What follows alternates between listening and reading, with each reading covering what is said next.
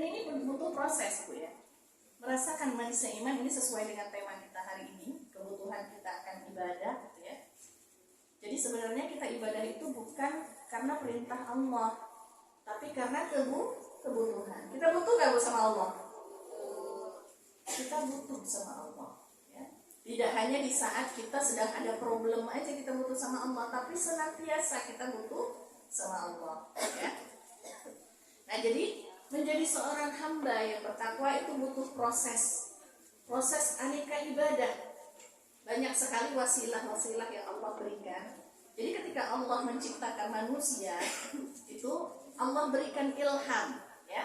Tidak serta-merta Allah itu menjadikan seseorang itu dia seorang pencuri, dia seorang pelacur, atau dia orang soleh, orang nggak soleh.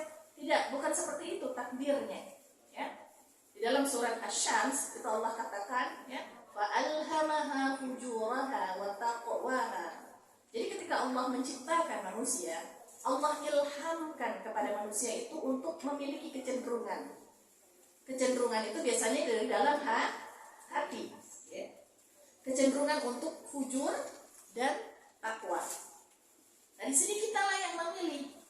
Bukan serta-merta Allah menjadikan orang ini ahli jahat, ya, ahli ibadah atau ahli maksiat, tidak seperti itu. Tapi sudah diilhamkan oleh Allah. Nah, ketika Allah mengilhamkan, tugas kita adalah memilih. Dan tidak hanya sekedar memilih mana baik mana jahat, karena Allah memfasilitasi kepada kita begitu banyak jalan untuk bisa memilih. Allah turunkan rasul-rasulnya, Allah turunkan nabi-nabinya, orang-orang soleh. Untuk apa? Agar kita bisa memilih mana jalan baik dan mana jalan yang buruk. Nah itu kecenderungan di dalam surat Asy-Syams ayat 10 itu ada. Terus ibadah juga banyak macamnya Bu. Tidak hanya sekedar sholat, zakat, puasa. Nah, ibadah-ibadah yang seperti ini disebut dengan ibadah mahdhah, ya. Ibadah mahdhah yang berhubungan langsung kepada Allah sesuai dengan dalil-dalil dan syariat-syariat yang ada. Jadi ada aturannya. Kalau amalan-amalan mahdhah, ibadah-ibadah mahdhah itu ada syariatnya yang mengatur bagaimana sholat apa aja yang wajib, sholat apa aja yang sunnah, bagaimana ibadah puasa, zakat, segala macamnya itu namanya adalah amalan-amalan mahdhah, apa ibadah-ibadah mahdhah. Nah selain itu ada lagi ghairu mahdhah yang kalau ini lebih fokus kepada hubungan manusia. Ya tadi kan vertikal kepada Allah, kalau ini hablum minan nas. Yang biasanya bermanfaat buat diri kita pribadi dan juga kepada orang lain. Contohnya apa?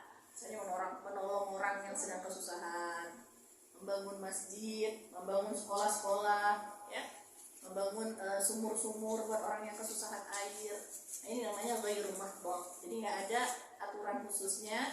Yang jelas kalau kita pengen mendapat ridha Allah, ghairu mahdhah ini harus dilakukan sesuai dengan keikhlasan, ya. Ikhlas karena Allah, hanya mengharap ridha Allah agar dia bisa dikatakan sebagai amalan ghairu mahdhah tadi. Ya. Terus pada dasarnya ibadah itu adalah kenikmatan, ya Bu ya. Kenikmatan karena apa? Ibadah itu adalah saatnya bercengkrama dengan kekasih kita.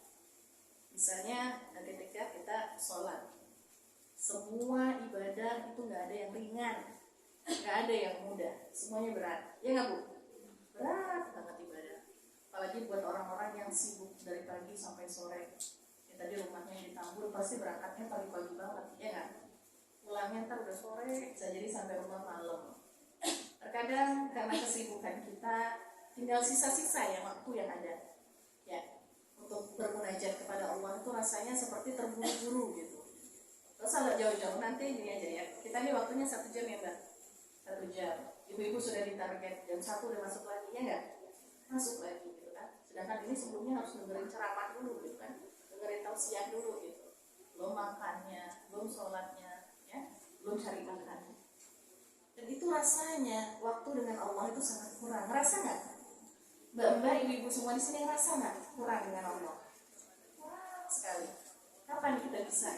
Waktu libur kita sibuk dengan urusan rumah, ya, atau pengen jalan-jalan kemana-mana. Jadi nggak ada sama sekali waktunya.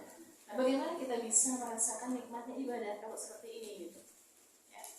tinggal kita saja yang ngatur bagaimana caranya. Karena ibadah itu tadi adalah bercengkrama dengan sang kekasih. Ya, kayak ibadah sholat aja. Ketika kita sholat itu seperti kita sedang berbicara dengan Allah. Tapi tentunya susahnya minta ampun untuk bisa khusyuk, untuk bisa benar-benar hati tenang itu susah. Ya nggak Bu ya? Amalan apa aja itu susah dikerjakan kalau tidak kita paksain. Kayak sering dikatakan gitu ya, Allahumma paksain gitu kan. Paksain saya ya Allah. Jadi setiap amalan itu emang berat. Awal-awalnya harus ada paksaan dan latihan. Itu di awal. Untuk mengaji aja misalnya. Kita yang tidak terbiasa mengaji tilawatil Quran, ya, menuju rak sana tuh ngambil Quran aja tuh berat. Kaki tuh rasanya berat ngelangkah. Buka lembaran Qurannya itu susah banget. Bacanya aja kita males, ya, males gitu. Baru baca segini udah ngantuk gitu kan. Boro-boro semuanya gitu, 1 juz bisa target. Baca setengah halaman aja kita susah. Karena itulah kita harus memaksa diri kita. Kita yang maksa diri kita melangkahkan kaki, ambil Quran, buka Quran dan baca. Paksa. Di awalnya memang susah dan berat. Karena itu kita butuh latihan. Bagaimana caranya supaya saya bisa rutin baca Quran tiap hari, walaupun tidak setengah juz. Coba aja dulu setengah halaman setiap habis sholat. Ya, nggak sampai 5 menit baca Quran itu. Kalau cuma setengah halaman. Nah, kita paksakan diri kita. Nanti